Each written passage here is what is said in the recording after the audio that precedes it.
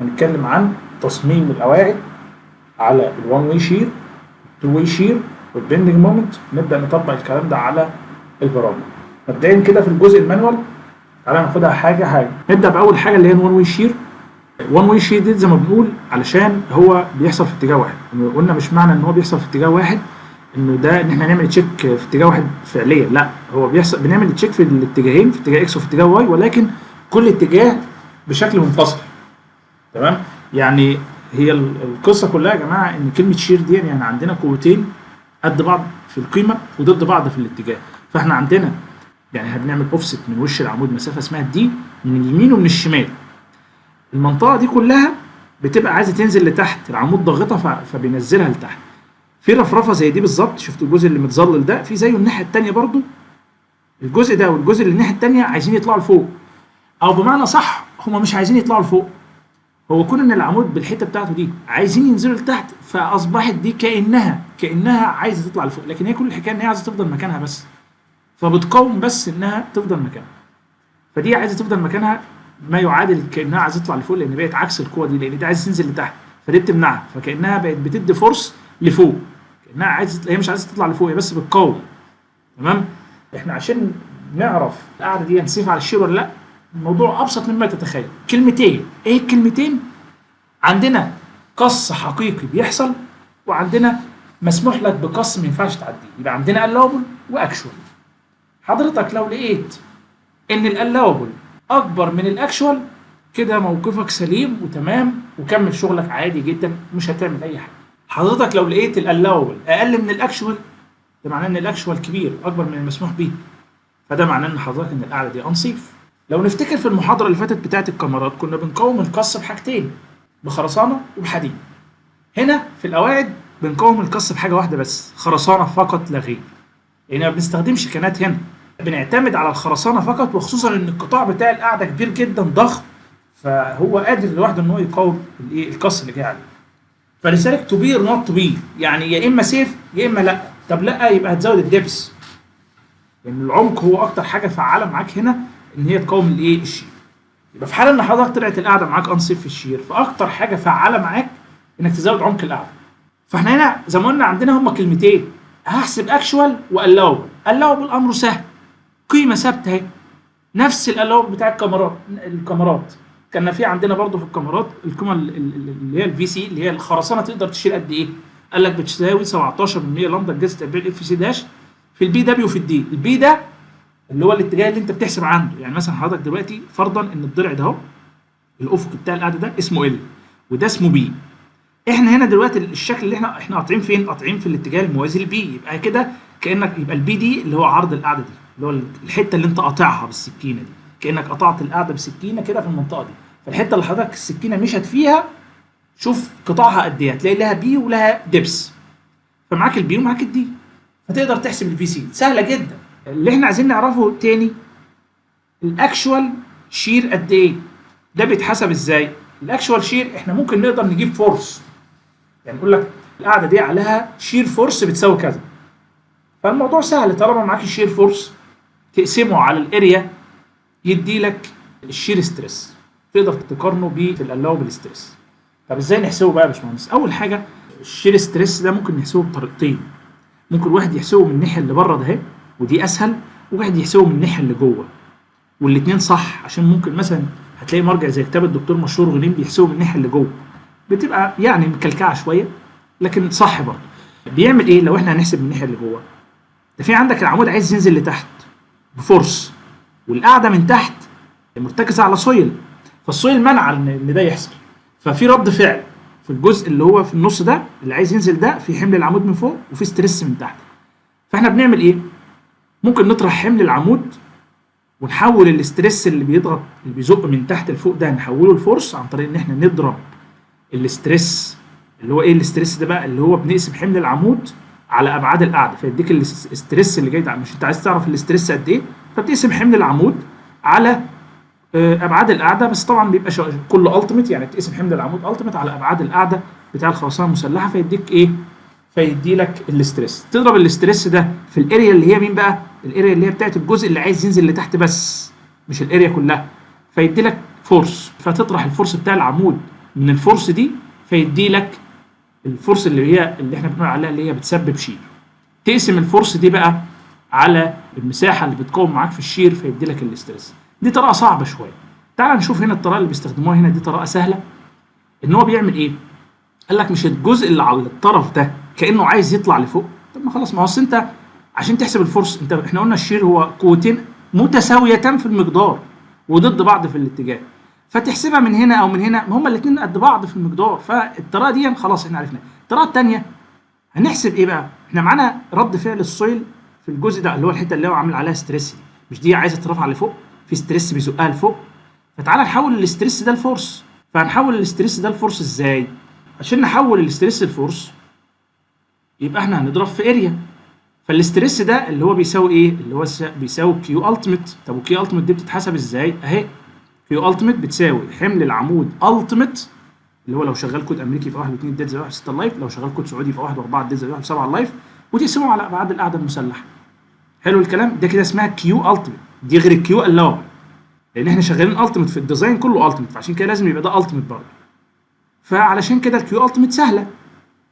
هتعمل ايه؟ هتجيب الكيو التيميت بعد ما قسمت الحمل بتاع العمود على الاريا، يبقى عندنا الكيو التيميت بتساوي في الحته دي كده بتساوي القيمه دي اللي احنا قلنا عليها كيو التيميت.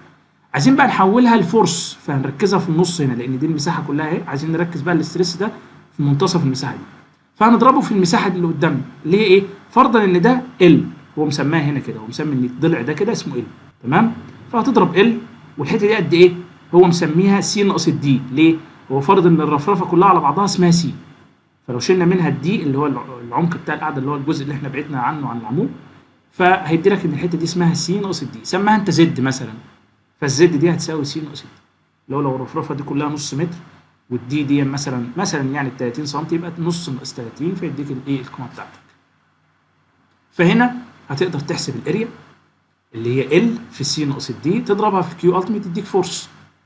هو الكود الامريكي لما بيجي يحسب الخرسانه بتشيل قد ايه قص بيحسبها كفورس اصلا، فانت هنا هتقارن فورس بفورس. لكن في الكود المصري مثلا بيبقى مطلع القيم المسموح بها كستريس. يعني ايه؟ يعني بتلاقي مثلا الكود المصري يقول لك ايه؟ قدره تحمل الخرسانه كيو سي بيساوي 17% مثلا الجذر التربيعي اف سي يو على الجاما سي، ما بيضربش في البي دبليو في الدي لان هو بيبقى مطلعها كستريس. هو هنا عطانا كفورس، فانت كذلك هنا مش محتاج ان انت تحولها لستريس لان هي تاخد فورس وتقارنها بفورس. فملخص الموضوع ايه؟ ان انا هاجي على المنطقه اللي على الطرف ده هنا يا جماعه، هجيب الاستريس تحت القاعده اللي هو بيساوي حمل العمود التيميت على ابعاد القاعده المسلحه، وتضربه في المساحه عشان تركزوا عشان يحولوا الفورس. فهتضربه في المساحه اللي هي طول اللي هي ال في س ناقص 2 اللي هي الحته دهيا. فلما تضرب الكيو التيميت في ال في س ناقص دي يبقى انت حولته الفورس. الفورس دي اللي هي كانها فرصه عايزه تطلع لفوق، وممكن تحسبها من الناحيه الثانيه زي ما قلنا برضو عادي، الاثنين صح. وتقارن الكلام ده بالفاي في سي. طبعا الفاي ده اللي هو ريدكشن فاكتور بيتم. يعني ايه؟ الكود بياخد فاكتور اوف سيفتي كده، يقول لك مثلا الخرسانه دي بتشيل قد ايه؟ 100 طن مثلا، لا احنا هنعتبر ان هم 75 بس كفاكتور اوف سيفتي يعني. فالفاي هنا سواء في الشير او في التورشن ب 75%. بس فهي دي القصه كلها، يعني احنا بنقارن ده بده. معلومه في الكود برضو بتقول ان اقل عمق مش اقل سمك للقاعده، اقل عمق للقاعده 150 ملم. ده طبقا للكود، يعني ما ينفعش تبقى يعني كسمك. طبعا هتضيف بقى لسه لان العمق ده بيبقى لحد السنتر لاين بتاع السيخ، فهتضيف معاك بقى ايه قطر السيخ مره ونص، لان على حسب طبعا انت هتاخد في الاتجاه الفرش ولا في اتجاه الغطا، وترجع تزود الكفر بتاعك اللي هو مثلا 5 سم، فيديك مثلا في حدود 250 سم، تقريبا في حدود ال 250 سم. يعني اقل سمك للقاعده تقريبا 250 سم. طبعا ما بنوصلش للكلام ده يعني. بالنسبه لي سمك الغطاء الخرساني في القواعد، لو عندك القواعد دي هتتحط مباشره على السويل بيبقى لها كفر، ولو هتبقى محميه وتحط لها قاعده عاديه يبقى لها كفر. لو هتحط قاعده عاديه الكفر هيبقى 50 مللي اللي هو 5 سم. لو مفيش قاعده عاديه وتحط القاعده المسلحه مباشره على السويل فيبقى 7.5 سم او 75 مللي. تمام كده يا باشمهندسين؟ ده بالنسبه لايه؟ للكفر. ده برضو بالنسبه للوان واي شير. بالنسبه للتو واي شير الموضوع نفس اللي احنا قلناه في الوان واي شير بالظبط، بيختلف حاجه بسيطه يعني. احنا قلنا برضو في الشير قلنا عندنا الاوبل وفي عندنا اكشوال. احنا عايزين نتاكد ان الاكشوال اقل من الالاوبل. لو تمام خلاص يبقى زي الفل، يبقى العمق اللي انت حضرتك فرضت، لان احنا احنا فرضنا عمق القاعده، عايزين نعرف الفرضيه دي مظبوطه ولا لا. فانت لو حققت انك انت سيف في الشير وفي البنش، يبقى حضرتك السمك اللي انت فرضته ده زي الفل، مفيش فيه اي مشكله. طيب نفس الكلام في البنش، عندنا قيمتين، الاكشوال والالاوبل. عايزين نتاكد بس كل القصه ان احنا عايزين نتاكد ان الاكشوال اقل من الالاوبل. احسب الاكشوال ازاي والالاوبل ازاي؟ الالاوبل سهل، تعالى كده نشوفه جدول برضو. الالاوبل في الكود الامريكي او الكود السعودي في الشير كان قيمه واحده اللي هي 0.17 لامدا الجذر بي اف سداش في البي في الدبليو. هنا هما 3 قيم وبتاخد الاقل ما بينهم. تعال نقول الثلاث قيم عباره عن ايه. اول قيمه سهله 33% لامدا اس في لامدا في الجذر بي اف سداش. لامدا اس ده الفاكتور، بيقول لك لازم القيمه دي تطلع اكتر من واحد، يعني طلعت اقل من واحد خدها بواحد، يعني ما ينفعش تقل عن واحد. علاقه في الدي بس. كذلك اللامدا ده معامل بيعتمد على نوع الخرسانه، هل هي خرسانه عاديه ولا لايت ويت كونكريت اللي هي خرسانه خفيفه. طبعا شغلنا 99% منه بيبقى خرسانه، نادر قوي انا يمكن عمري ما قابلني ان احنا استخدمنا خرسانه بجامه اقل من الجامه اللي هي 2.5 دي. فدي في حاله ان هتستخدم جامه اقل من كده اللي هي بيسموها لايت ويت كونكريت بتغير القيمه دي. طيب يبقى دي سهله. المعادله اللي تحتها 0.17 زائد 33% على البيتا والباقي زي ما هو، فالباقي ده خلاص فاكرين. يبقى احنا اللي استجد علينا هنا حاجه اسمها البيتا. ايه البيتا دي يعني؟ تعال اقرا كده. بيتا از ذا ريشيو اوف لونج تو شورت سايد، يعني بتقسم الضلع الطويل بتاع العمود على الضلع القصير بتاع العمود. يعني مثلا لو عمود 20 في 60 يبقى 60 على 20. خلي بالك بقى في تركايه، ودي برضو ملحوظه من خلال ان انا شوف تحت اكتر من كود، هتلاقي البيتا دي في اكواد بيقسم الشورت على اللونج. خلي بالك ما تتلخبطش في الحته دي، لان هو بيبقى حاطط البيتا فوق. يعني انت ممكن تقسم الشورت على اللونج بس تطلع البيتا فوق، وصح جدا. يعني ممكن المعادله تبقى ايه؟ 0.17 زائد 33% البيتا، مش على البيتا، لا كانها مضروبه في البيتا، بس هتخلي دي يعني الشورت على اللونج، عادي جدا صح برضه. فهتلاقي مراجع بتقول لك شورت على اللونج، ومراجع ثانيه بتقول لك لونج على شورت، هما الاثنين صح، بس الفكره هو حاططها في البسط ولا في المقام بس. فلو هتحطها في المقام زي ما الكود الامريكي بيعمل يبقى هتقول لونج على شورت، لو هتحطها في البسط يبقى تقول شورت على لونج. خلاص كده وصلت؟ عشان بس الناس ما تتلخبطش، هو مش مفيش اختلاف ولا حاجه، لا ده غلط ولا ده غلط، هما الاثنين صح. المعادله الثالثه 0.17 زائد 0.083 الفا اس في الدبس على البي نوت. احنا عندنا هنا حاجتين جداد. الدبس ده احنا عارفينه، الفا اس والبي نوت. ايه الالفا اس وايه البي نوت؟ الفا اس ده حاجه سهله جدا، بتعتمد على نوع العمود اللي عندك. لو هو عمود انتيريور يعني حواليه بلاطه من الاربع نواحي بناخد الالفا اس ب 40. لو من ثلاث نواحي ب 30، اللي هو من ناحيتين اللي هو بنسميه الكورنر، يعني ده انتيريور ايدج كورنر، لو كورنر بناخده ب 20. الفا اس سهله جدا يعني. البيتا نوت ده اللي هو المحيط بتاع الكريتيكال سيكشن. احنا في البنش بيحصل في التو واي، يعني في الاتجاهين مع بعض في ان واحد. لان في الشير خلي بالك انت بتعمل تشيك شير في الاتجاه ده، ترجع تعمل تشيك شير في الاتجاه الثاني ده برضه، بس كل واحد بشكل منفصل.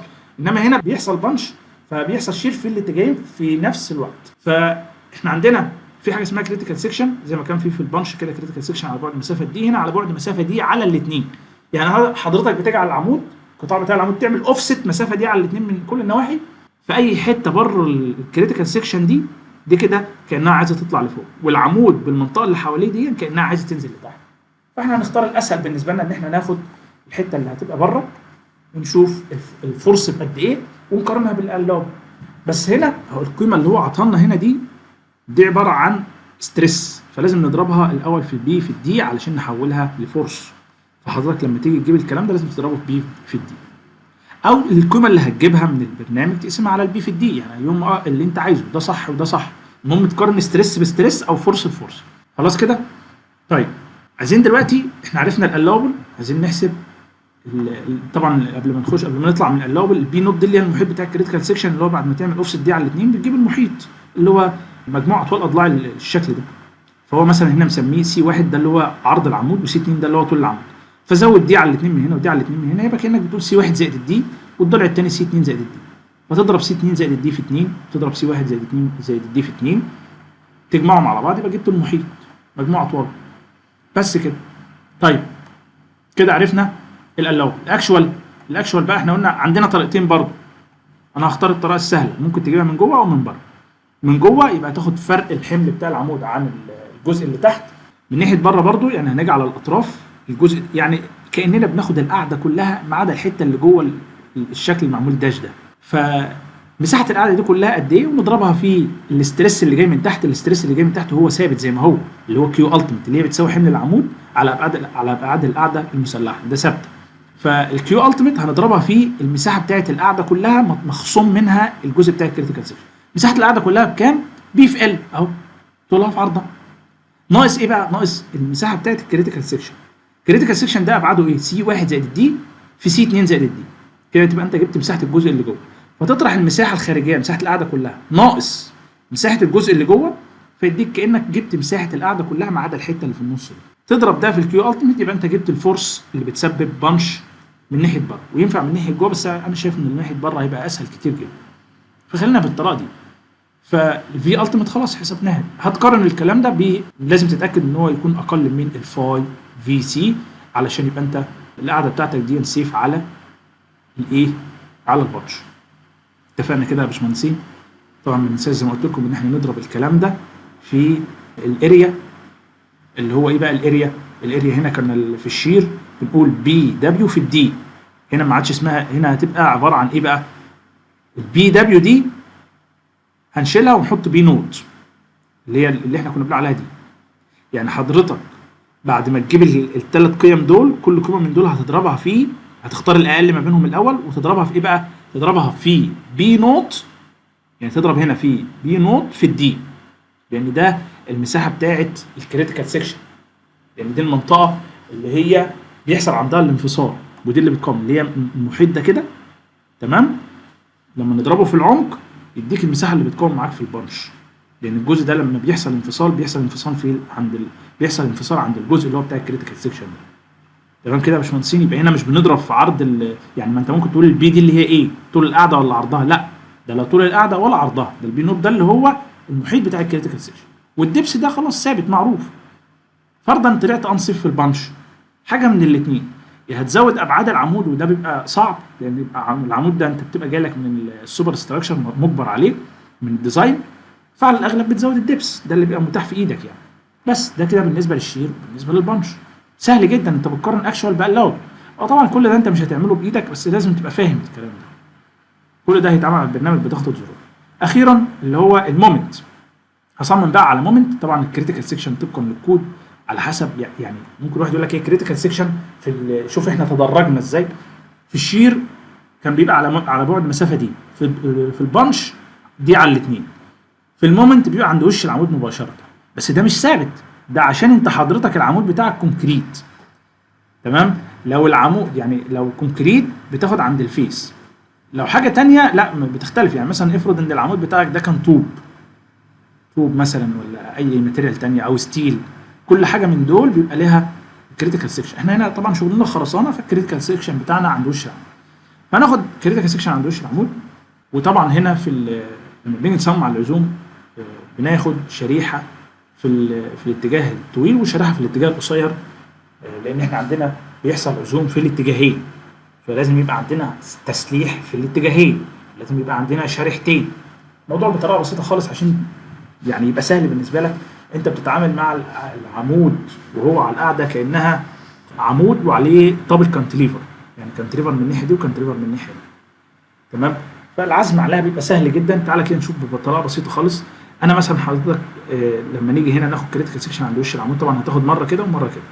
طبعا حضرتك طبعا، ودي بقى نرد بقى على الناس، لان الحته دي منتشره خطا بشكل فج، وهثبت لك دلوقتي يعني عشان بس لما تلاقي حاجه زي كده في سوق العمل تعرف ترد ازاي. يقول لك ايه نفرش، يعني هو موضوع عبيط بس يعني تبقى عارف برضو الاجابه. يقول لك في القواعد المنفصله الفرش يكون في الاتجاه الطويل ولا في الاتجاه القصير؟ طبعا انت لو عايز ترد رد ناصح شويه تقول له الفرش يكون في الاتجاه اللي فيه العزم الاكبر وخلاص، تهرب من القصه دي.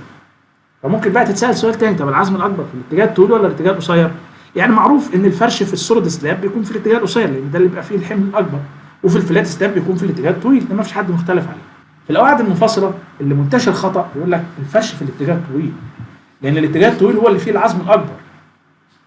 ومهما تنادي ومهما تقول برضه محدش مقتنع، الناس مش عايزه تقتنع انه الفرش بيكون في الاتجاه القصير في القواعد المنفصله. وده مش كلامي، ده انا هقول لك ده كلام المانوال، وده كلام الكود وكلام البرنامج. تعال نشوف يا باشمهندس. نركز بس في الحته دي مهمه جدا. فرضا ان ده عرض القاعده بي وده طولها، هناخد شريحه في الاتجاه ده. طبعا بما ان ده طولها يبقى الشريحه اللي في الاتجاه الطويل هي الشريحه اللي احنا هنسميها بي بي. يبقى مين الشريحه الطويله؟ بي بي. مين الشريحه القصيره؟ اي اي. هم بيقولوا لك ان الشريحه اللي في الاتجاه الطويل دي هي اللي بيبقى عليها عزم اكبر. تعال نشوف. احنا لما بنيجي نتعامل مع الشريحه، لو الشريحه في الاتجاه الافقي السكشن بيكون راسي، لان السكشن بيكون عمود. يعني لما بيكون الكاميرا افقيه السكشن بتاعك بيكون راسي، فده كانها الكاميرا بتاعتك يعني اللي هيترسم عليها العزم، فالسكشن بتاخد سكشن هنا كده فبيبقى راسي. فلما اجي اخد سكشن هنا، انا كده شغال على اتجاه طويل اهو، هاجي اخد سكشن هنا، عايز احسب العزم. العزم ده هيبقى فورس في ذراع العزم. فين الفورس؟ الفورس دي اللي هو الجزء المتظلل ده كله بيسبب عزم على وش العمود من هنا اللي هو عند السكشن ده كده. الجزء ده كله فيه حاجه بترفعه من تحت لفوق اهو، من تحت اهو ستريس، في حاجه بترفعه عايز تعمل عليه عزم فليكشن. الجزء ده لما بينحني كده احنا عايزين بقى نشوف ايه اللي بيزقه من تحت لفوق كده، فهنقول لي ايه؟ هيها برضه الكيو التيميت ما اتغيرتش، وعارفين الكيو التيميت بتساوي حمل العمود التيميت على ابعاد القاعده، فدي سهله خلاص يبقى هي ثابته معاك. كيو التيميت دي معاك في الشير وفي البنش وفي الموب، هي ثابته، هو نفس الحاجه اللي هتحسب عليها كل مره. فالكيو التيميت هتحولها لفورسز اللي هي نفس كل مره بنضربها في الاريا، بس كل مره الاريا اللي بتختلف، الاريا بتاعت الشير حاجه، الاريا بتاعت البنش حاجه، الاريا بتاعت المومنت حاجه ثالثه. فهتضرب الكيو التيميت في المساحه دي. اظن دي سهله. الضلع ده هو مسميه اف، اللي هو الرفرفه. لو حضرتك مثلا زي المشروع بتاعنا كنا مثلا عاملين رفرفه 50 سم، وده عرض القاعده، وده معروف بالنسبه لك، معاك عرض القاعده ومعاك الاف. فهتضرب الاثنين في بعض وتضربهم في الكيو التيميت، انت جبت الفورس. فين الفورس؟ هيكون في النص في السي جي بتاع المساحه اللي احنا عاملينها دي. بعد كده تضرب الفورس دي في ذراع العزم اللي هي ايه بقى؟ ذراع العزم اللي هو اف على الاثنين. يبقى المعادله ايه بقى؟ كيو التيميت هنضربها الاول في اف في بي، كده حولناها لفورس. ترجع تضرب في اف على الاثنين. طب ما تحسب كده، يبقى كيو التيميت في بي في اف تربيع على الاثنين. ما انت ضربت في اف مرتين، يبقى في اف على الاثنين، يبقى كانك قلت في اف تربيع على الاثنين. حلو. وده اللي اصلا اللي بيحصل. مش انتوا فاكرين يا جماعه لما كان بيبقى عندك حمل موزع كان بيقول لك ده بيقول سكوير على الاثنين؟ طب ما احنا اثبتناها اصلا اهو. ما هي طلعت في الاخر حمل موزع في عرض القاعده طبعا عشان انت شغال في الاتجاهين في اف تربيع على الاثنين، يعني هي فهي كانك قلت ده بيقول سكوير على الاثنين فعلا. يبقى القانون ايه عشان تحسب العزم؟ كيو في بي في اف تربيع على الاثنين. ده كده العزم في الاتجاه الطويل. ركز معايا كده، العزم في الاتجاه الطويل طلع بايه؟ بكيو التيميت في الاف، او اسف كيو التيميت في البي في الاف تربيع على الاثنين. تيجي نحسب من الاتجاه الثاني بقى، ناخد الشريحه ايه في الاريا الجديده. الاريا الجديده هتبقى اللي هي الجزء ده كده. انا طبعا مش عارف الماوس هتبقى ظاهر، بس ان شاء الله يعني حتى في يعني الماوس هتبقى ظاهر عندكم، فهتبقى موضحه عليها المكان ده. يعني مش كان ما ينفعش او ممكن حتى اعمل انسيرت كده، نجيب شكل شيب كده يعبر عن المنطقه دي. المنطقه دي كده يا باشمهندسين اللي هي المنطقه اللي هي هتقوم معانا ايه؟ ده الاتجاه التاني. دي الاريا بتاعتنا. الرفرفه ثابته، خلي بالكم الرفرفه ثابته، يعني دي برضو اف. الضلع ده كده هنطلع فوق شويه كده يبقى محاسب بالظبط، وننزل تحت شويه كده. يبقى ده كده يا باشمهندسين الضلع ده كده اف. حلو.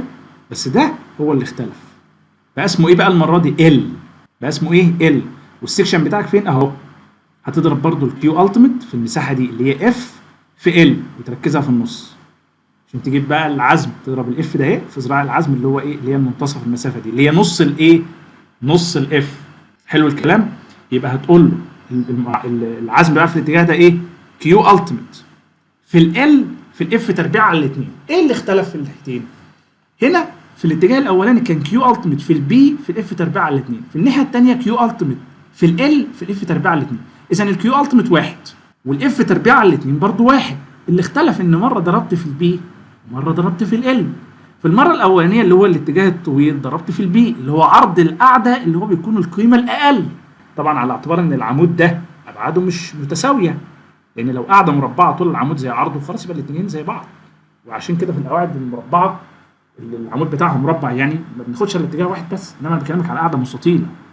يعني ايه؟ يعني طولها مثلا 2 متر عرضها 2 متر وطولها 3 متر.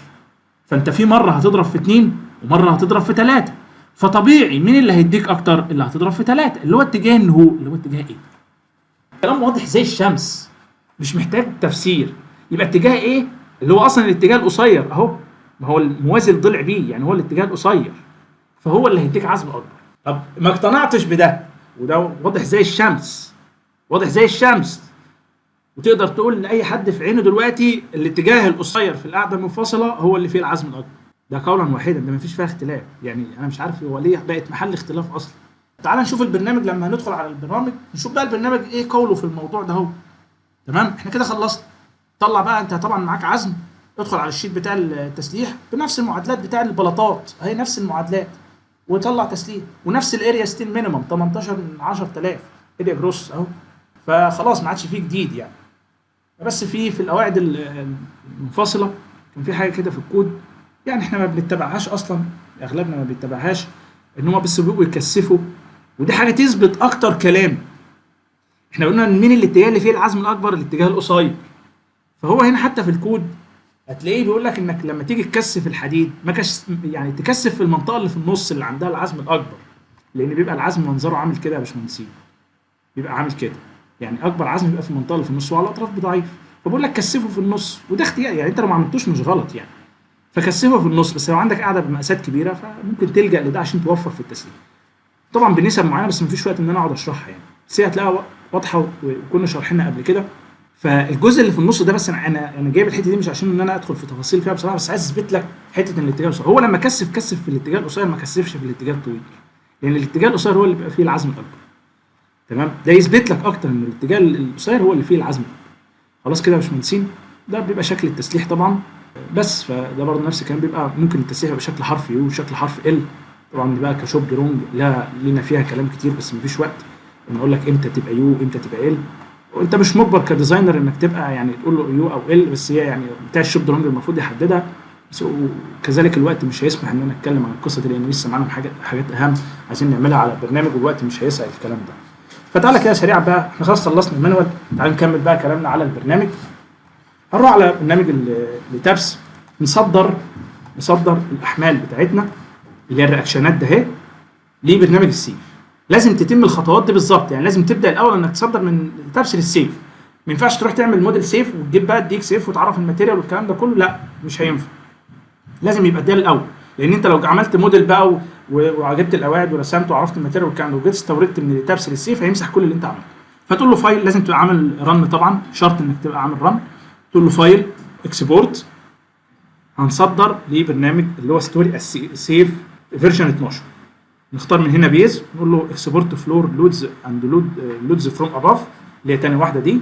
تقول له من اللود كيسز اختار لي كل اللود كيسز اللي موجوده اول، وكذلك في اللود كومبينيشن بتختارهم كلهم برضو، او مش شرط كلهم، احنا عايزين الالتيميت والديد زائد اللايف بس، واحد واثنين ديد دي مش عايزينها. تقول له اوكي. هيسالك عايز تحفظ الملف فين. انا طبعا هقول له ان احنا عايزين نحطه في المحاضره بتاعتنا، احفظه مثلا في ملف سيف، انا حافظه اصلا اوريدي قبل كده بملف اسمه تابس تو سيف. تمام، خلينا هناخد الملف اللي هو تابس او تو سيف، او ده مش هتفرق كتير، هما الاثنين واحد، انا سيفته خلاص اهو. اقفل الموديل بتاع التابس، نفتح برنامج السيف دلوقتي نشوف بقى ايه اللي هيحصل. طبعا انا في خطوات المفروض تتعمل كده، ان احنا نعرف الماتيريال والكلام ده، هحاول اعمله بشكل سريع كده، مش هياخد مننا وقت ان شاء الله. اخش بس هنا على ديفاين ماتيريال كونكريت اللي انا كنت عاملها عشان انسخ على طول يعني، وندخل على موديل السيف الجديد، نقول له فايل ايه، امبورت بقى، ما تقولوش نيو موديل، تقول له امبورت ايه، سيف اف 2 كي فايل اللي هو الملف اللي انت لسه جايبه حالا. تروح تجيبه المكان ما انت حافظه، مثلا احنا كنا حافظينه في سيف موديل ده كان اسمه ده او ده مش هتفرق، تقول له تابس تو سيف. هو كده انت تفتكر ان هو ما جابلكش حاجه، لا انت لو عملت بس سيلكت كده هتلاقي فيه نقطه اهي، كل نقطه من دول لو عملت عليها كليك يمين هنا كده هتلاقي عليها احمال، قول له لودز كده اهو، جايب لك الاحمال ديد ولايف وكل حاجه. عايز تشوفهم بنفسك يا سيدي ممكن تيجي على ال 3 دي كده تقول له انا عايزك تظهر لي ديسبلاي شو لودز مثلا، ما تقولوش ديد ولايف والكلام ده لانه ملوش لازمه، ده كلهم بيمسحهم وبيعمل مكانهم حاجه اسمها ديد اباف ولايف اباف وفلورين كفرنج وول. هنقول له مثلا يعني ديد اباف ونقول له شو لودنج فاليوز. تمام، فكده خلاص القيم موجوده، انا بس بطمنك انها موجوده، ناقص بس ان احنا بقى ايه، نعرف اول حاجه نعرف الماتيريال، نعرف الوحدات، نظبط الوحدات الاول قبل ما نعرف الماتيريال حتى، طن متر سيليزيوس. بعد كده ديفاين ماتيريال الكلام ده انا عايز اعمله بسرعه لان احنا يعني كل ده احنا عارفينه قلناه قبل كده بدل مره كذا مره. نقول له ده 2.5 وده هناخده من الموديل التاني عشان دي 4700 الجذر 278 278 يعني اللي هو الرقم ده كده. وبعد كده نقول له هنا 3500 اللي هو اف سي داش، والرقم ده لما نضرب 0.62 الجذر 40 اف سي داش برضه هتلاقيه بيديك 366. حلو. عرفنا الماتيريال. ديفاين السكشنز هنقول له سلاب بروبرتيز، هو معرف قطاع ديفولت ونعمل موديفاي ونسميه فوتنج. تمام. ونوعها هيبقى ايه؟ نوعها فوتنج وسمكها نص متر. سيك بليت طبعا عشان ياخد تاثير الشير ديفورميشن. ونقول له اوكي. ناخد كمان واحده منها نسميها ستيف عشان المنطقه بتاعت العمود تتعرف على انها ستيف اريا، ما بنعرفش العمود كانه عمود، بنعرفه على انه ستيف. تمام. ونفس السمك ونقول له ستيف سيك بليت برضه ونقول له اوكي. بس مش هتعمل اكتر من كده. بعد كده استورد الدي اكس اف بتاعك، فايل امبورت اركتكشر بلان. هات لنا الكلام ده دي اكس اف فوتنج 2. احنا عملنا قبل كده اللي هو فوتنج بس، نعمل ده فوتنج. اوكي. طبعا هو هنا استورد الحاجات اهو. طبعا تعالى بقى نشوف هنرسم ازاي. الموضوع بتاع القواعد ده بيخلص بسرعه. اوبشن اركتكشر بلان اوبشن دي سيلكت اول، قول له ظهر لي الاعمده بس كولمز. نرسمها بضغطه واحده بس، تيجي على ثالث اوبشن في رسم البلاطات تقول له اختار لي من هنا بدل جريدز دي تقول له خليها اركتكشر لاير، نختار من هنا اللي هي ستيف.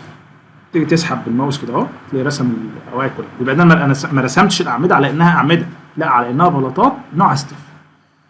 بعد كده اوبشن اركتكشر بلان اوبشن دي سيلكت اول وتختار ار سي فوتنجز وتختار هنا القطاع بدل ستيف وتقول له اسمه فوت وتسحب برده تاني كده اهو يرسم لك القواعد كلها ضغطتين. خلاص خلصت تقوم قايل له اوبشن اركتكشر بلان اوبشن دي سيلكت اول. اخفي بقى الكلام ده كله. حلو. طيب الكلام ده كله طاير في الهواء. دلوقتي عندنا قاعده كل قاعده عليها عمود اهو. تيجي بقى ليه انا كنت بقول لك تخلي المكان بتاعهم زي يعني واحد وثابت. دلوقتي لو اعمل شو الاوبجكت نقف كده في السي دي بس عشان نتاكد بس ان النقط مش موجوده، فنقول له ديسبلاي تاني كده شو لودز اتاكد ان هي موجوده. موجودين تمام. طيب شو اند فورم شيب خلاص كده القواعد ايه موجوده. كل عمود هتلاقي في السي جي يعني في السي جي كده جاي هتلاقي ايه نقطه. النقطه دي بتعبر عن الايه عن الرياكشن بتاع العمود. لو دخلت هنا على لودز يعني ده حل بديل انك انت تمسك بقى كل عمود تمشي على كل نقطه تحط قد ايه ديد وقد ايه لايف. لا انت مره واحده الكلام ده هيجي لك على كده وهيبقى متطابق مع بعض. طيب بعد كده احنا الكلام زي ما قلت لك طاير في الهواء. عايزين نقول له ان القواعد دي متشاله على صغير. فنعمل ايه؟ بنعرف حاجه اسمها سبرنجات. سريعا كده السبرنجات دي بنعملها ازاي؟ بنمثل السويل على انها سبرنجات. طبعا ده تمثيل غير دقيق بالمناسبه ودي من ضمن العيوب المنتشره في الفاينايت اليمنت. واللي متميز في البرامج دي البلكسس يعني الى حد ما. في برامج بقى متميزه اكتر واكتر اللي هو برنامج البي اللي باك الباكج بتاع الفاونديشن وانا قلت لكم قبل كده عنه. ده متميز جدا لانه بيشتغل بطريقه ثانيه اسمها الباوندري اليمنت وده بيشتغل في الانفينيت دومين فبيعرف السويل بطرق دقيقه جدا جدا جدا. انما احنا هنا بنعرف السويل اقصى حاجه انك بتروح عامل حاجه اسمها سوليد اليمنت ويقول لك مثلا ابعد من وش المبنى مسافه مثلا 2 البي و2 مش عارف البي من يعني من كل النواحي ويمثل السويل كانها 3 دي اليمنت. بس طبعا يعني شوف بقى الوقت اللي بياخده في الرن قد ايه ودقه الحل قد ايه، في حين ان الكلام ده كله بيتم على برنامج زي البي الباك بشكل سريع جدا. وبيستخدموا طرق مثلا من ضمنهم طريقه الالاستيك هاف سبيس انها بتمثل السويل في الانفينيت دومين مش مجرد ان انا اقول لك سبرنجات. يعني سبرنجات دي طريقه غير دقيقه جدا جدا جدا بس ما قدامناش حل غيرها في الفاينايت اليمنت. تعال نمثل الكلام ده كسبرنج. السبرنجات انا كل اللي بحتاجه منك الستيفنس بتاع السبرنج قد ايه. فده هجيب لك اكتر من مرجع الخص لك الموضوع يعني ملخصه. احنا عندنا اكتر من مرجع بيقول لك الملخص لان مفيش وقت بصراحه نقعد نتكلم عن الكلام ده. طبعا في عندنا كتاب الدكتور مشهور غنيم اتكلم شويه عن القصه بتاعت السبرنجات دي واحنا ممكن في عندنا حاجه اسمها جوينت سبرينج واريا سبرينج اللي احنا بنستخدمها دايما اريا سبرينج. جوينت سبرينج دي كنا بنستخدمها ايام الساب كنا بنشتغل على الساب وكده دلوقتي ما بقناش بنستخدم على الساب. بعد كده عندنا تاني مرجع اللي هو جوزيف باولس. ده قال لك ايه؟ قال لك من الاخر كده انت عشان تعرف الستيفنس بتاع السبرينج مش انت معاك الكيو اللوبل اضربها في 40 وبعد كده اضربها في الفاكتور اوف سيفتي اللي هو اصلا ممكن يبقى موجود لك في تقرير التربه يقول لك الفاكتور اوف سيفتي في كذا مش موجود بناخده تقريبا ب 2.5 من 2.5 ل 3 فاحنا على الاغلب بناخده 2.5 ف 2.5 في 40 ب 100 طب لو افرض مثلا هتاخده ب3 يبقى 3 في 40 ب 120، يبقى كانك بتقول بتتراوح الستيفنس بتاع السبرينج اللي هو كي اس دي بتتراوح من 100 ل 120 الكيو ال. حلو، ده مين؟ ده جوزيف باولس، وكذلك برضو كتاب الدكتور مشهور غنيم قال لك كده. طيب كودو السعودي قال لك والله ممكن تاخدها لو انت ما معاك، يعني في حاله انك ما معكش تقرير التربه وما معكش اي داتا تخليك تقول يعني الستيفنس بتاع السبرينج قد ايه، لانه في التقرير التربه المفروض بيجي لك جاهز يقول لك الستيفنس بتاع السبرينج كذا. على فكره يعني بالمناسبه، يعني الناس اللي بيجي لها تقرير التربه خصوصا شغل الخليج بيجي لك في التقرير التربه يقول لك خد الستيفنس بتاع السبرينج بكذا على طول من غير ما تخش في الحسبه دي. افرض ما معكش حاجه تقول لك الكلام ده، قال لك خدها ب 120 مره، يعني كانه ضرب 3 في 40 ب 120 يبقى خد 120 كيو ال. طيب فانا جبت لك اكتر من مرجع عموما. احنا بناخد على الاغلب اللي هو الرقم السهل شويه اللي هو ال 100 ونضربها، لان انت كده كده مش معاك داتا يعني، فبتاخد ال 100 اسهل لك يعني، اخدتها ب 120 برضو مش غلط. طبعا احنا شغالين بوحدات طن على 100 مربع، كانت قدره تحمل التربه بتاعتنا 18، يبقى نضرب 18 في 100 يديك 1800. طبعا الكلام موضوع الاستفنس ده فيه كلام كتير قوي، يعني انا كنت اشرحه قبل كده بالتفاصيل، تقريبا اخد مننا اكتر من ساعه ونص، من ساعه لساعه ونص شرح عشان بس نغطي الموضوع بالكامل. بس انت يعني تفاصيل هتبقى للمعرفه بس، انا اديتك الملخص، هو كده كده انت في كل المشاريع هتعمل اللي انا بقول لك عليه ده، فده الملخص يعني. فعموما هتختار كل القواعد او تروح الاول تخش على ديفاين، تقول له انا عايز اعرف حاجه اسمها سبرنجات، تقول له سويل سب جريد بروبرتيز مش بوينت، بوينت ده لو انت بتعرف بقى ايه بايلز وحاجات من دي، لاين سبرينج لو انت عندك سميل مرتكز على الارض. فنقول له سويل سب جريد، نعمل موديفاي، نقول له هنا نحط بس الرقم ده بالستيفنس بتاعته 1800، لان انا شغال طن على المتر مكعب على المتر مربع، فالستيفنس بتاعته هتطلع بالرقم ده، هي المفروض طن على المتر بس ماشي ما علينا مش هتفرق، المهم 1800 ونقول له اوكي اوكي. طيب ناخد بقى بعد كده سيلكت بروبرتيز، هات لنا السلاب بروبرتيز، هات لنا كل الفوتنجز دي، وقول له ان الفوتنجز دي كلها مش طايره في الهواء، لا هنعمل لها هنخليها مرتكزه على سويل. فنيجي هنا على سبورت نقول له اساين ايه سلاب داتا، ونقول له هنا او اسف اساين سبورت داتا، ونقول له هنا سويل بروبرتيز، يعني هخليها مرتكزه على سويل. السويل اسمها ايه؟ سويل واحد دي اللي احنا لسه معرفها، ونقول له اوكي. تلاقي عمل زي فيكسيشن كده ليها، ده اللي بيعبر عن الايه السبرنجات. كده السويل بتاعتك القواعد دي مش طايره في الهواء، بتشيل على ايه؟ على سويل، والسويل دي بنعبر عنها ايه؟ بسبرنجات. خلاص كده تعالى بقى على قائمه رن اوتوماتيك سلاب مش، قول له هنقسمها مثلا البلاطات هنقسمها ربع في ربع، لان المساحه مش كبيره قوي يعني، فهنخليها ربع في ربع. حلو الكلام، انت كده خلصت. هو الموضوع كله بسيط جدا، ناقص بس ان انت ترسم شويه شرايح علشان تطلع العزوم عليها. بس خلينا بس نعمل رن كده الاول، نعمل التشيكين بتوعنا اللي هم نتاكد. وانا شايف ان التشيك الاولاني ده ملوش لازمه يعني قوي، هقول لك ليه دلوقتي. طبعا ده شكل القواعد بعد الديفورم شيب، بس طبعا منظرها عامل كده عشان الديفورم شيب بس مش اكتر. ممكن سريعا كده نعمل تشيك على البنش، ضغطه هنا بس على البنش، قلنا لو في قيمه اكتر من واحد يبقى معناه ان هو ان سيف، لو اقل من واحد يبقى سيف، كل القيم طالعه اقل من واحد يبقى كل القيم سيف في البنش. تعالى بقى في التشيك بيرنج كاباسيتي، انا بقول لك اهو التشيك بيرنج كاباسيتي تعمله على القواعد المشتركه واللبشه فقط، انما انك تعمل تشيك بيرنج كاباسيتي على قواعد منفصله ده انا شايفه ان هو انت بتضحك على نفسك. ليه؟ وانت حضرتك وانت بتجيب اصلا ابعاد القاعده دي كنت جايبها ازاي؟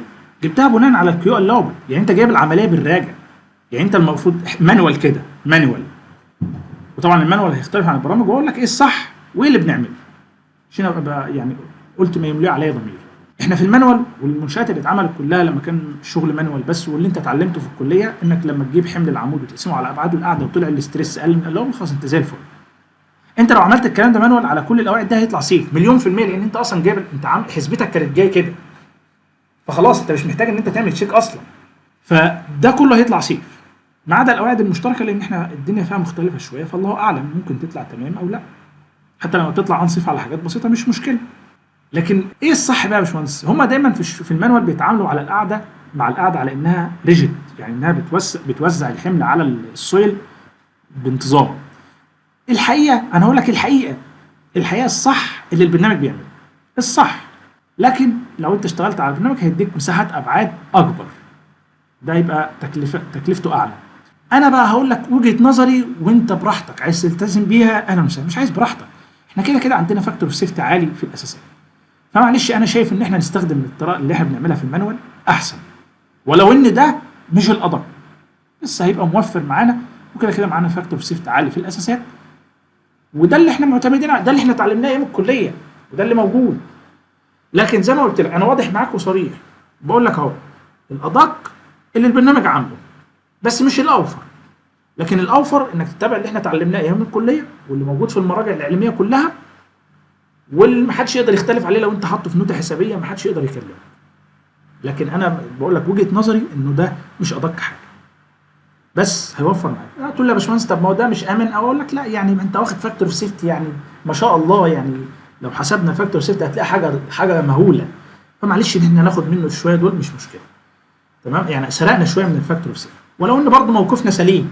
ليه موقفنا سليم؟ لان المراجع العلميه كلها كده، والكتب كلها واللي احنا اتعلمناه ايام الكليه، ومنشات كتيره ايام من قبل السيف. ويعني قبل السيف ده كان الناس شغاله زي ما كانوا شغالين مانوال، ما كانش في حاجه ولا حصل انهيار ولا في حاجه اثبت انها فاشله ولا الكلام ده. تمام؟ فانا شايف يعني بلاش تبقى يعني ايه الحسوكه، يعني بلاش الحته دي. انا بقى نصيحتي ليك، يعني افرض انت مثلا تقول لا انا هسيفها على انت حر زي الفل، اعمل اللي انت شايفه صح. انا قلت لك الطريقين وانت حر، خلاص كده يا باشمهندسين. فانا حتى لما بيكون القعده، انا شغلي دايما كده، لما تكون القعده مسيفه على حاجه بسيطه مش مشكله، يعني انه احنا كده كده زي ما قلنا معانا فاكتور اوف سيفتي محترم جدا جدا في القواعد. فلما بقول لو حاجه بسيطه في حدود مثلا يعني تقريبا 10% زياده، ماشي مشيها، تمام؟ لان انت كده كده مقرب في الاحمال. ما تنساش انك انت اصلا في يعني القعده دي انت عامل نماذج، ممكن لو قاعده جه عليها زياده شويه، هي كده كده اصلا محطوط لها قاعده اكبر من اللي هي عايزاها، لان انت عامل نماذج فهتشيل معاك. فما يعني بلاش الحسوكه ازاي ده، عشان تطلع برضه شغل اقتصادي. حلو الكلام. فتعالى نعمل تشيك، نقول له شو رياكشن فورسز، ونقول له احنا عايزين نشوف السيل بريشر، بس اوعى تجيبه نتيجه التيمت، احنا شغالين سيرفيس. الخطوه دي سيرفيس. وتقول له ديسبلاي كونتور اون اند فورم شيب عشان ما يجيبلكش المنظر الغريب اللي تلاقي كل قاعده مترميه في حته دي. تقول له ابلاي. تعال نشوف يا سيدي القيم طالعه بكام، شوف هل في حاجه محتاجه تزيد ولا لا. يعني احنا المفروض الارقام دي ما تطلعش اكتر من 18، يعني معاك لحد 19 ممكن نمشيها، يعني كانك عملت سمحت ب 5% زياده. كل القواعد دي كلها سالب 5، هو حذاري يطلع رقم موجب. الحمد لله ان الشروط هنا بيبتدي من سالب وبينتهي بسالب، يعني كله طالع كومبريشن الحمد لله. ما ينفعش يبقى قاعده طالع عليها تنشن، ده كده يبقى يحصل ابليفت، دي مشكله كبيره، دي كارثه. بس خلينا نخلص الموضوع اللي في ايدينا الاول، بعد كده نشوف لو بقى معانا وقت اقول لك ليه. كل القواعد هنا هتلاقي ده سالب 13 سالب 11 سالب 8، ارقام كلها سالب 16، كل دي ارقام اقل من سالب 18. الحمد لله حظنا حلو، كله طالع تمام ما عدا، تعال نشوف بقى القاعده اللي طلع عليها، القاعده دي بس طلع عليها ستريس عالي شويه، فدي طالع سالب 22. ايه الحل يا باشمهندس؟ الحل انك تكبر القاعده، مفيش فيهاش كلام. فهتعمل ايه؟ طبعا احنا كنا نتمنى ان احنا نخلي الاثنين دول نموذج واحد، وده عادي مفيش مشكله، هنشوف اللي هنزوده هنا ونزوده الناحيه الثانيه، حتى دي مش محتاجه، يعني دي سالب 18 وشويه، يعني يعتبر سيف، بس هنزود برضه يعني عشان يبقوا الاثنين نموذج واحد. زي ما انت بتعمل في قواعد كتير بتعمل لها نموذج واحد وهم بيبقوا الاثنين محتاجين، يعني في قواعد جوه النموذج ما بتبقاش محتاجه الاريا دي كلها، بس بتضطر ان انت تزود فيها عشان تخليهم نموذج واحد، فده امر عادي جدا مفيش فيه مشكله. تيجي هنا تفك الحل، تيجي تختار الايدج دي اهو 1 ايدج، انا اخترت الايدج دي بس، وحتى ممكن تختار الايدج اللي قصادها. تعال نجرب كده نعمل اوفست 20، نزود 20 سم في الضلع ده، نقول له ايديت اريا، او نقول له هنا ايديت اريا، ونقول له اكسباند او شرانك جير، يعني هنمد فيها قد ايه؟ هقول له اوفست 2/10، يعني زود المساحه، اعمل زود 2/10. هنشوف كده انا كده زودت 2/10. تعال نشوف لو عملنا رن الارقام هيحصل فيها ايه، لان دول بس اللي طلعوا معانا انسب، الباقي كله تمام. هي دي حتى لو وصلت 19 حتى او فيما اقل عادي برضه نمشيها. تعال هنا نقول له شو رياكشنز سويل بريشر زي ما هي، ابلاي، نشوف القيمه بقت بكام. هنا بقت ب 17 اهي، الحمد لله كده تمام. هنا برضه بقت ب 18 ونص، يعني خلاص كده تمام زي الفل. ودي 18، مفيش حاجه عدت ال 19، او يعني اقصى حاجه مفيش حاجه جابت ال 19 خالص، كلها 18 وفكه، ده اعلى حاجه يعني. تمام. بس خلاص احنا كده القواعد بتاعتنا، يبقى احنا كده ايه اللي المفروض نعمله؟ يبقى احنا طلع معانا بس قاعدتين ان سيف، ان احنا هنيجي على القاعده ده اهي نعمل ستريتش اس انتر، نفعل القرص الاول ونعمل ستريتش كده 20 سم، طبعا عشان يبقوا الاثنين زي بعض، فتيجي برده في الناحيه اللي فوق ده اهي وتعمل برده ناحيه فوق 20 سم عشان يفضلوا نموذج واحد. بس كده الموضوع سلس جدا اهو. فانت كده اول تشيكين طلعت منهم سلس، بعد كده السمك اللي انت فرضه تمام لان البانش طلع تمام، الابعاد تمام زي الفل. يبدا بقى ندخل على اخر حاجه اللي هي العزوم. طبعا هنا لازم ناخد بقى شرايح، فلازم افك الحل ناخد شريحه في اتجاه اكس وشريحه في اتجاه واي. انا مش هاخد في كل القواعد، انا هنقي القواعد الكبيره اللي عليها عزوم كبيره، واخد برضو شريحه في قاعده مشتركه كده من اللي هي المايله دول، وقاعده مشتركه من الثانيه، وعلى كده. تعال نشوف هناخد شرائح ازاي. نرسم شرائح من هنا، مش مهم هي كلها على ستريب ايه، مش فارقه. المهم هنا الابعاد دي بناخد طبعا عرض الشريحه من البدايه ومن النهايه، بس هو ما بيسالش على عرض الشريحه كام، بيقول لك يعني بيرسم سنتر كده، بيقول لك بتبعد قد ايه من يعني اوفست من. تعالى نرسمها احسن عشان تبقى متخيلها. الشريحه كانه راسم خط كده، كانه مثلا انا عايز اعمل شريحه عرضها متر، يبقى اقول له نص من هنا ونص من هنا بس، فيبقى اقول له نص ونص ونص ونص، سواء من البدايه بيسالني ليفت ولا رايت، ومن النهايه ليفت ولا رايت بس. يعني القاعده دي هيبقى الشريحه بتاعتها مختلفه، لان الليفت مش زي يعني البدايه مش زي النهايه. فتعالى كده الاول نخلص بس، ناخد القواعد السهله دي الاول وندخل بعد كده على دي. خلينا مثلا نلاقي قاعده كبيره، قاعده كبيره زي دي كده ناخدها. دي ابعادها كام؟ ممكن ان احنا نقف من هنا لحد هنا كده تقريبا 1.75، يبقى نقسم الرقم على 2، يبقى نيجي هنا نقول له 1.75 على الاثنين، وناخد الرقم ده كوبي وننقله بقى في الباقي كله، ونوصل من هنا لهنا. واظن القاعده دي كانت نفسها بالظبط، صح كده ولا ايه؟ لا ما كانتش نفسها، كانت دي اللي زيها. تمام. وناخد برضو القاعدتين الكبار دول بالمره. المسافه دي كام؟ متر 70، يعني لو قلنا قريبين من بعض جدا يعني 0.85. بس طبعا لازم ندخل ارقام مظبوطه. فانا كده خدت 4 قواعد معاك كمثال اهون، قواعد منفصله. تعالى ناخد بقى، احنا كده خدنا شريحه. لازم الشريحه يا جماعه ترسمها من تحت لفوق ومن الشمال لليمين عشان العزم يطلع معاك مظبوط، اوعى ترسم العكس. تعالى مثلا القاعده دي نرسم بقى شريحه في الاتجاه الثاني 2 وربع، هنقول له هنا 2 وربع على الاثنين، يبقى 1.125 1.125 نفس الكلام. نوصل بقى منين؟ من النقطه دي للنقطه، شوف من تحت لفوق، كذلك من هنا لهنا. تعال نشوف دول كام في كام. دي 32 يعني متر 15. تعال نوصل من هنا لهنا، كذلك من هنا لهنا. المفروض تعمل على القواعد كلها كده يعني، بس انا طبعا اخترت القواعد كده عشان بس الوقت. ممكن برضو ناخد في قاعده مشتركه، خلينا ناخد القاعده المشتركه دي. الضلع ده قد ايه؟ الطويل ده، او خلينا نبدا بالضلع القصير. الضلع القصير ده قد ايه؟ متر 20 يعني 60 سم. الاتجاه الطويل في القاعده المشتركه بتاخد شريحه واحده، الاتجاه الثاني بقى القصير ده بتاخد شريحتين.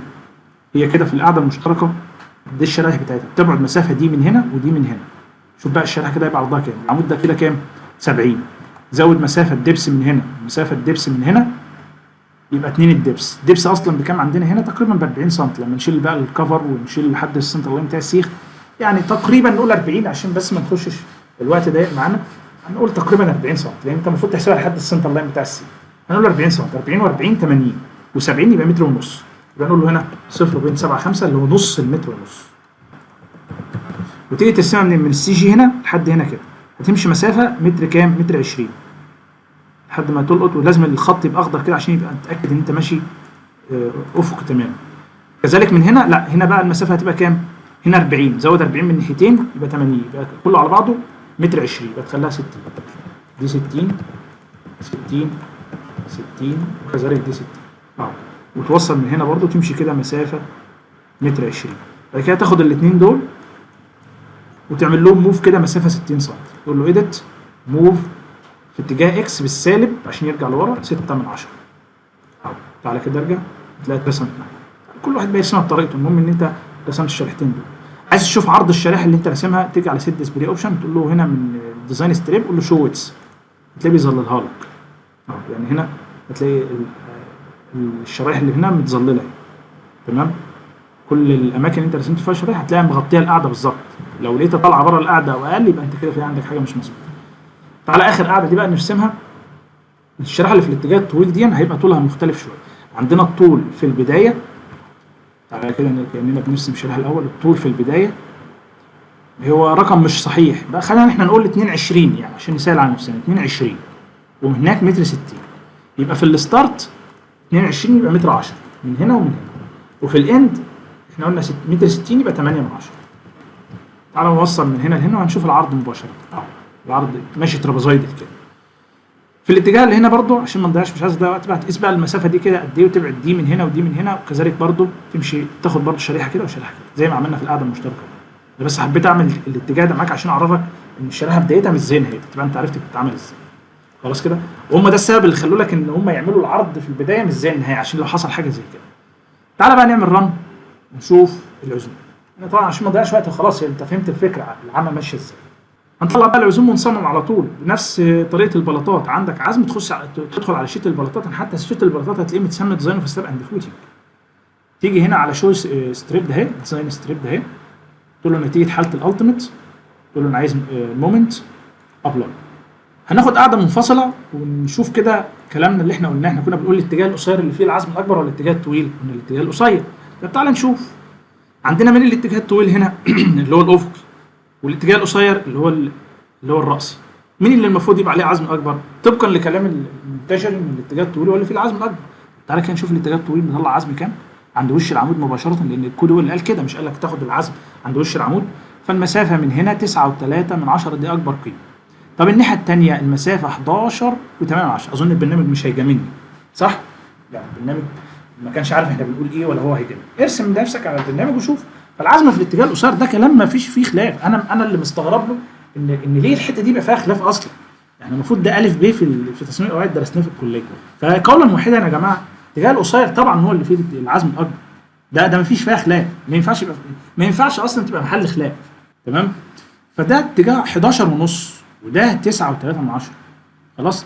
خلينا نشوف اكبر عزم ايه عشان يعني هاخد سيكشن واحد ولا اتنين هصممهم بس وخلاص عشان ما نضيعش وقت. في اكبر ده مطلع 15 ونص، يبقى ده اكبر حاجه.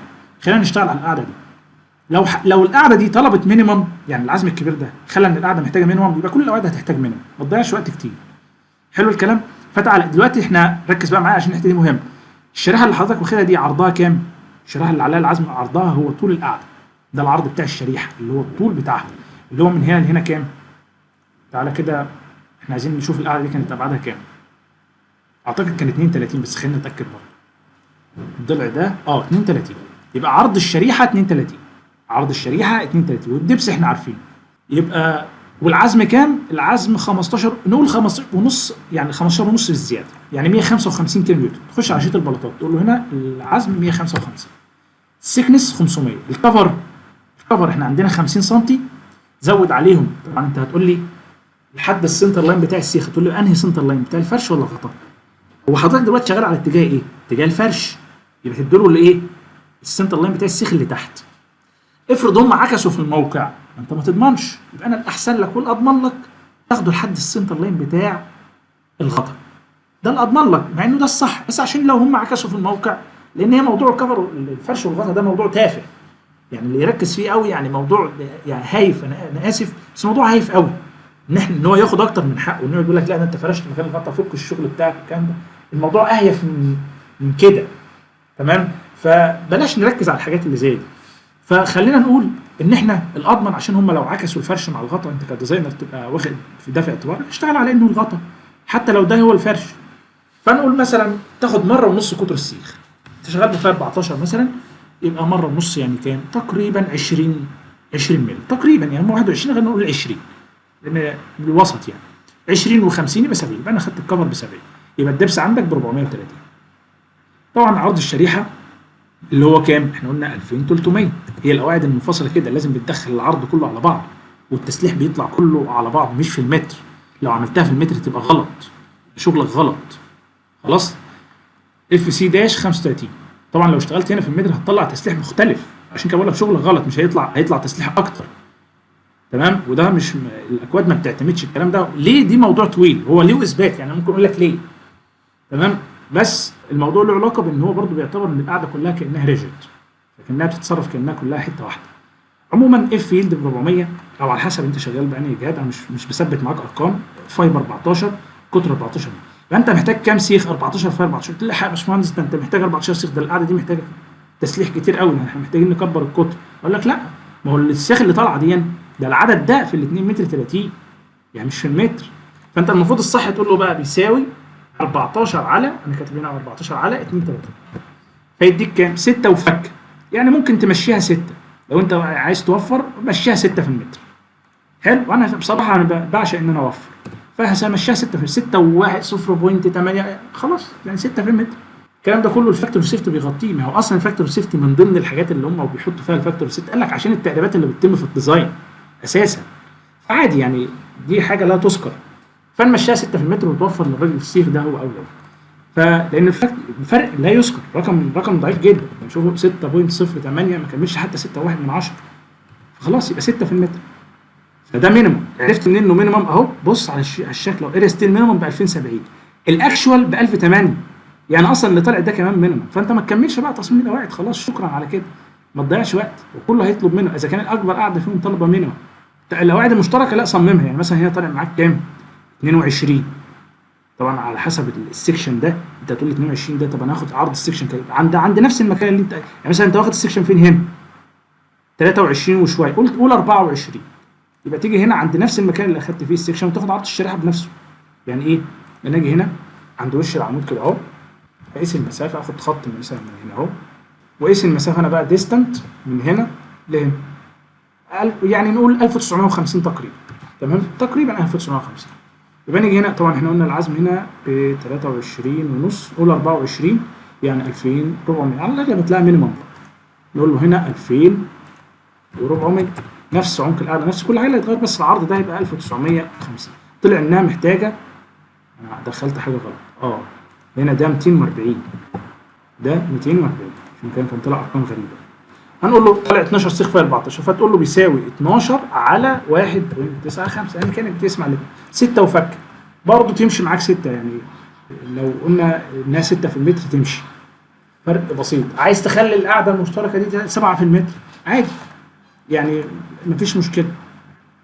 ممكن القاعده المشتركه دي تبقى 7 في المتر. طبعا اللي قصدها ممكن ما تبقاش محتاجه نفس الكميه، لان هي كان عليها عزم اقل شويه، لان الرياكشن بتاع العمود كان هنا اقل شويه، فممكن دي تبقى 6 ودي تبقى 7 عادي.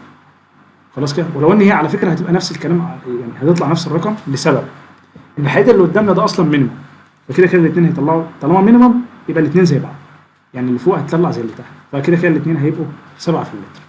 الموضوع يعني يطول فيه الكلام، بس للاسف احنا وقتنا نفذ، ما عادش وقت ان احنا نتكلم عن حاجه، بس هنحاول سريعا كده بقى. خلاص احنا كده الحمد لله خلصنا، عرفنا ازاي نصمم على الشير، البانش، مومنت، نطلع التسليح بتاعنا ازاي. اخر حته بس حاجه صغيره خالص قبل ما نخلص المحاضره بتاعتنا. طبعا ما فيش وقت حتى كمان ان احنا نتكلم عن انها لو رفت ايه اللي هيحصل. خلينا نقول بقى انه جدول القواعد بيبقى بالمنظر ده كده، بتحط لي بقى ابعاد القواعد المسلحه. ده سهله جدا، يعني انت اي قاعده من اللي انت مسماها في اف 4 معاك طولها ومعاك عرضها ومعاك السكنس، فايه الصعب في كده؟ كذلك هتدخله ابعاد العاديه، معاك سكنس العاديه تقول له مثلا 20 سم، تقول له 10 سم. طبعا الجدول ده ملوش علاقه بالمشروع ده، انا جايبه نسخه من مشروع تاني اصلا، بس باخده عشان اعدل فيه. يعني انت لما بتيجي تعمل اي مشروع بتاخد حاجات من المشاريع انت كنت عاملها قبل كده، تعدل بقى الارقام، فتقول له مثلا 10 سم. اللينس والويتس هو نفس اللينس والويتس بتاع القاعده المسلحه، بس بتزود 20 سم، اللي هو 10 يمين و10 شمال. الا اذا بقى كانت قاعده النموذج بتاعها مثلا مختلف شويه، زي مثلا قاعده زي دي، هحطها في الجدول ازاي يا باشمهندس؟ القواعد المشتركه ما بتتحطش في الجدول. القواعد المشتركه ما تحطهاش في الجدول هنا، يتعمل لها تفصيل يعني دي تتاخد لوحدها كده، ويتعمل لها نموذج تسليح لوحدها على جنب، ترسم له شكل السيخ هنا في الاتجاه الطويل، وشكل السيخ برضو في الاتجاه القصير، بس ده بتاع الشورت درونج بقى اللي بيعملوه اكتر، وانت برضو تعمل تفصيله كده توضح له الموضوع ماشي ازاي، وتعمل لها تفصيله لوحدها. يبقى اف 8 واف كام واف 9 واف 7 دول لازم يبقوا لهم تفصيل التسليح لوحدهم، ما يتعملوش في الجدول هنا. تمام؟ لو عملتهم في الجدول مش غلط، بس ده الافضل والصح اكتر انك كده تعمل لهم ايه؟ تفصيله لوحدهم، خصوصا ان ابعادهم مش منتظمه. يعني ابعاد القواعد المشتركه اللي هناك دي واخده شكل ترابيزيتي، فهتدخل هنا الطول والعرض ازاي؟ انهي طول وانهي عرض؟ فمش هتنفع. منسوب التاسيس الحديد السفلي طبعا، لانها قواعد منفصله كلها فحديد سفلي بس، ما عدا القواعد المشتركه هي اللي بتاخد حديد سفلي وعلوي. فهنا عشان كده بقول لك برضو دي من ضمن الحاجات اللي هتخليك تعمل لها نموذج لوحدها. فطبعا هنا كله 6 في 14 في المتر، لان ده المينيمم اصلا. طبعا ده بتاعت مشروع تاني، بس انا بقول لك هنا يعني صدفه، يعني اغلب القواعد بتاع المشاريع اللي بتبقى دور واحد ودورين وثلاثه والكلام ده بتلاقي مينيمم بيغطي معاك. طبعا من صالحك ان انت ما تزودش عمق القاعده، لان لو عمق القاعده زاد هيقلل المينيمم معاك، فممكن تلاقيك بتستخدم 8 في 14 مثلا، عشان كده تستخدم سمك 500 مللي احسن. ولو بتعرف تقلل عن كده كمان برضو يبقى اوفر معاك، ممكن تلاقيك محتاج 5 في 14 بس. حلو الكلام. بس فده كده بالنسبه للتسليح الايه السفلي. وطبعا دايما هتلاقي اللي فيه تسليح كميته اكبر، مش مهم كعدد، كميته اكبر هو الاتجاه القصير. الاتجاه الطويل بما انك انت شغال مينيمم فاللي هيبقى كميته اكبر هو الاتجاه الطويل.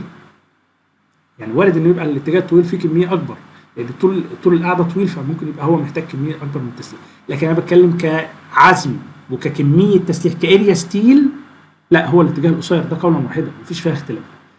خلاص كده يا باشمهندسين. بس هنا هو صادف ان الاتجاهين هياخدوا 6 في 14، فما فيش اتجاه مميز عن التاني. ده كده بشكل سريع. طبعا هنغطي شويه كمان اكتر في التسليح في المحاضره بقى اللي جايه ان شاء الله. نبدا ان احنا نتكلم عن التفاصيل التسليح والاخراج. نبدا بقى الكلام ده كله طبعا محطوط كده، مثلا لوحه زي دي ما فيش عليها تسليح، ما فيش نماذج كاميرات، ولو ان احنا اتكلمنا عنها، بس هنحاول بقى نتكلم عن ان احنا نطلع الكلام ده بقى في شكل لوحات، وكل لوحه بخرطوشه والجداول، وننظم العمليه ازاي. تمام. فالمحاضره اللي جايه ان شاء الله هتبقى احنا كده خلصنا المشروع بتاعنا، سجلنا كل حاجه فيه. المحاضره اللي جايه تبقى بخصوص ان احنا نخرج بقى اللوحات بتاعتنا عشان نسلمها للعميل. نقول له بقى اتفضل اللوحات بتاعتك اهي، عندك لوحه محاور واعمده اهي، شوف هنخرجها ازاي، هل هتسلمها كده؟ لا طبعا. فده اللي احنا هنتكلم فيه بقى المره الجايه، نتكلم كاخراج بقى. كذلك برضو مش هينفع تسلم اللوحه كده. طيب نعم صممته معاك كل حاجه، بس ما حطيتش حاجه على اللوحه عشان اللوحه تنزل الموقع بس. فدي هتبقى موضوع المحاضره اللي جايه ان شاء الله. انا كده خلصت المحاضره بتاعتي. لو في حد بقى عنده اسئله ولا حاجه يتفضل. انا هشوف الشات اهو وهرد على اسئله الناس. واسف لو طولت عليكم، بس بحاول بقدر الامكان ان انا ما اطولش عليكم، بس بقى غصب عني. نبدا بقى نسمع الاسئله. نبقى نشوف الاسئله اهو. في سؤال بيقول في ناس مهندسين بيحطوا القواعد في موديل الاتابس، والقواعد بتكون بانيرشيا واحد، لان ده واقعي اكتر، لان الاتصال في الحاله دي ما بيكونش فيكسد 100%، وده ادق للمبنى. صدقني في الفاضي يعني كله برضو حاجات تقريبيه. هو انت فكرك لما انت يعني تعمل القعده على موديل الاتابس ده كده يعني حليت حل دقيق؟ والله صدقني ما هو حل دقيق برضه، لان هو اصلا تمثيل السويل اساسا في البرامج بتاع الفنيات انمنت كلها اصلا تمثيل ضعيف. كون انك تمثل القعده كسبرنجات في حد ذاته اصلا تمثيل ضعيف. لازم تبقى دارس عشان تفهم الكلام ده، تدرس بقى سويل ستراكشر انتر اكشن، تعرف ايه اللي بيحصل ما بين المبنى والسب ستراكشر والموضوع بيتم ازاي. فتعرف ان ده مش يعني انت بتقول انه ما بيكونش فيكسد 100%، ماشي تمام. ومين اللي قال لك انه تمثيل البرنامج للقعده اللي انت حضرتك حاططها انه ده تمثيل صحيح اصلا؟ هو برضه تمثيل غير ضعيف. يبقى احنا بنعالج مشكله بمشكله ثانيه من الاخر. ده انا بالعكس، ده انا شايف انه يتمثل كانها فيكسد ادق اكتر شويه، يعني اقل الوحشين. يا باشمهندس لما حضرتك زودت طول القعده من طرف واحد كده، المفروض غيرنا مكان الاكسنتريستي. والله ما هو اساسا انت حضرتك بتقول ايه؟ ان احنا لما زودنا في القعده 20 سم غيرنا مكان الاكسنتريستي. وهو مين اللي قال لك ان الحمل كان، او باشمهندسه مين قال ان احنا طبقنا الحمل مع السي جي بتاع القعده؟ قلت له يا باشمهندس مش الصح ان احنا لما كنا بندرس في المانوال ان نخلي السي جي بتاع العمود او السي جي بتاع الاحمال يكون عند السي جي بتاع القعده؟ ده افضل حل. طب انت ما عملتش كده ليه يا باشمهندس؟ هقول لك ما انا عملته بس بشكل غير مباشر. ان انا ما هو اللي بيعكس ان في اكسنتريستي وان ما فيش اكسنتريستي ايه؟ هو الاستريس. لما تلاقي الاستريس في حته كبير قوي وفي حته ثانيه قليل قوي، ده معناه ان في اكسنتريستي عالي. طب هل احنا شفنا المنظر ده في القعده عندنا؟ طب افرض انه في اكسنتريستي، انا ما عنديش مشكله ان يبقى في اكسنتريستي، احنا مش مانعين ان يبقى في اكسنتريستي. المهم ان الاكسنتريستي دي ما ينتجش عنها ان الحمل او الاستريس يبقى في مكان كبير قوي وفي مكان ثاني قليل قوي، لان ده معناه ان ممكن القعده تبقى مساحتها كبيره بس حضرتك مزود الاستريس في حته طالعه ان سيف بسبب انك مركز الاحمال كلها في حته وفي حته ثانيه ضعيفه. احنا ما زودناش حاجه، هي القاعده طالعه سيف على الابعاد اللي موجوده، سواء في الحته اللي في قدام او ورا كلها الاستريس قريب من بعض. كل ما تلاقي ان الارقام قريبه من بعضها في الاستريس على البرنامج السيف، كل ما ده معناه ان الاكسنتريستي قليله. ده سؤال ممتاز جدا بالمناسبه. يعني انت ممكن تعرف اذا كان في اكسنتريستي كبيره ولا لا من شكل الاستريسز اللي طالعه اصلا من غير حتى ما تحسب اي حاجه. وده اللي بنعرفه لما يبقى عندي لبشه في مشروع برج بقى. ده اللي انا بقوله دايما، بشرحه، بقول ازاي نعرف ان السي جي بتاع الاحمال مرتكز عند السي جي بتاع اللبشه. احنا مش بنقول ان هم لازم يبقوا عند بعض، احنا سامحين بان كان في كيرن شيب كده لو حد فاكره ايام المانوال. المهم ما نطلعش بره، نحاول ان احنا ما نطلعش بره عشان ما يحصلش شد على، لان الكارثه اللي مش مسموح ابدا ابدا ابدا ان يبقى في ناحيه عليها شد او حتى في ناحيه عليها رقم يقول الى الصفر. دي احنا مش سامحين. عشان كده كان في حاجه اسمها كيرن شيب، تقريبا كان نسبه الى العالم اللي عمل الكلام ده، بيعبر عن ان انت لو طلعت بره، لو السي جي بتاع الاحمال طلع بره الشكل ده معناه ان حضرتك هيبقى في عندك اكسنتريستي كبيره هتولد شد على القاعده. فكان يقول لك ولو النقطه جت على الكيرن شيب بالظبط على الخط بتاعه بالظبط، ده معناه انه هيبقى فيه يعني هتبقى صفر. واحنا ما بنحبش ده، زي عامل شبه البالانس سيكشن كده اللي هو ماشي كده، فبنعتبره ان هو كانه انصف بالظبط. تمام. ايه الفرق ما بين اللبشه والقاعده المشتركه؟ لاني مش شايف فرق غير ان اللبشه فيها اكتر من عمودين. لا، الفرق بين اللبشه والقاعده المشتركه يعني نقدر نقول انه هما الاثنين عليهم تسليح بياخدوا تسليح سفلي وعلوي، ده مبدئيا، وهما الاثنين عندهم عزوم سفليه وعزوم علويه. نقدر نقول ان هما يعني متشابهين لبعض جدا، يعني فرق بسيط بس ان هي بتبقى لبشه لو هي شايله اكتر من عمود. تمام.